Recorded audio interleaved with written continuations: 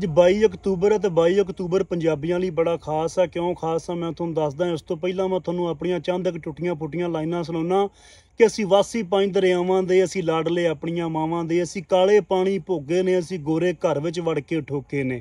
ਉਦਮ ਸਿੰਘ ਕਿ ਅਸੀਂ ਗੋਰੇ ਘਰ ਵਿੱਚ ਵੜ ਕੇ ਠੋਕੇ ਨੇ, ਕਈ ਅਬਦਾਲੀ ਵੀ ਤੁੰਨੇ ਨੇ, ਅਸੀਂ ਮੁਗਲਾਂ ਦੇ ਭਾਰ ਵੀ ਤੋਲੇ ਨੇ, ਅਸੀਂ ਸਾਂਝੇ ਜਸ਼ਨ ਮਨਾਏ ਨੇ, ਅਸੀਂ ਸਾਂਝੇ ਦੁੱਖ ਵੀ ਭੋਗੇ ਨੇ। ਤੇ ਕੀ ਹੋਇਆ ਅੱਜ ਵੰਡੇ ਗਏ ਆ ਲੈਂਦੇ ਚੜ੍ਹਦੇ ਵਾਲਿਓ, ਕੀ ਹੋਇਆ ਅੱਜ ਵੰਡੇ ਗਏ ਆ, ਵਾਂਗ ਲੋਹੇ ਦੇ ਸਾਨ ਉੱਤੇ ਚੰਡੇ ਗਏ ਆ, ਅਸੀਂ ਕੱਲੇ ਕੱਲੇ ਫੰਡੇ ਗਏ ਆ, ਅਸੀਂ ਕੱਲੇ ਕੱਲੇ ਫੰਡੇ ਗਏ ਆ। 22 ਅਕਤੂਬਰ ਤਾਂ ਖਾਸ ਆ ਕਿ ਅੱਜ 22 ਅਕਤੂਬਰ ਵਾਲੇ ਦਿਨ 1893 ਦੇ ਵਿੱਚ ਪੰਜਾਬ ਦੇ ਆਖਰੀ ਮਹਾਰਾਜਾ ਦਲੀਪ ਸਿੰਘ ਦੀ ਮੌਤ ਹੋਈ ਸੀ ਪੈਰਿਸ ਦੇ ਇੱਕ ਹੋਟਲ ਦੇ ਵਿੱਚ।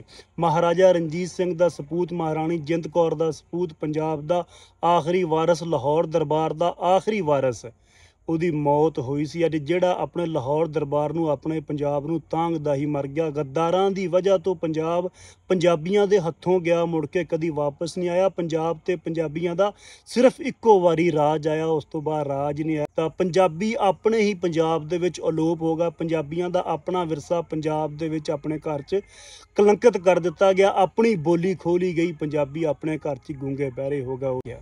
ਉਹ ਕਹਿੰਦੇ ਹੁੰਦੇ ਨੇ ਕਿ ਕੋਈ ਮਿੱਟੀ ਦਾ ਲੈ ਆਉਂਦਾ, ਕੱਦਾ ਤੂੰ ਪੁੱਛਿਆ ਕਰ ਸਾਈਂ ਟੁਰਨ ਤੇ ਕੀ ਆਉਂਦਾ, ਸਾਈਂ ਟੁਰਨ ਤੇ ਕੀ ਆਉਂਦਾ।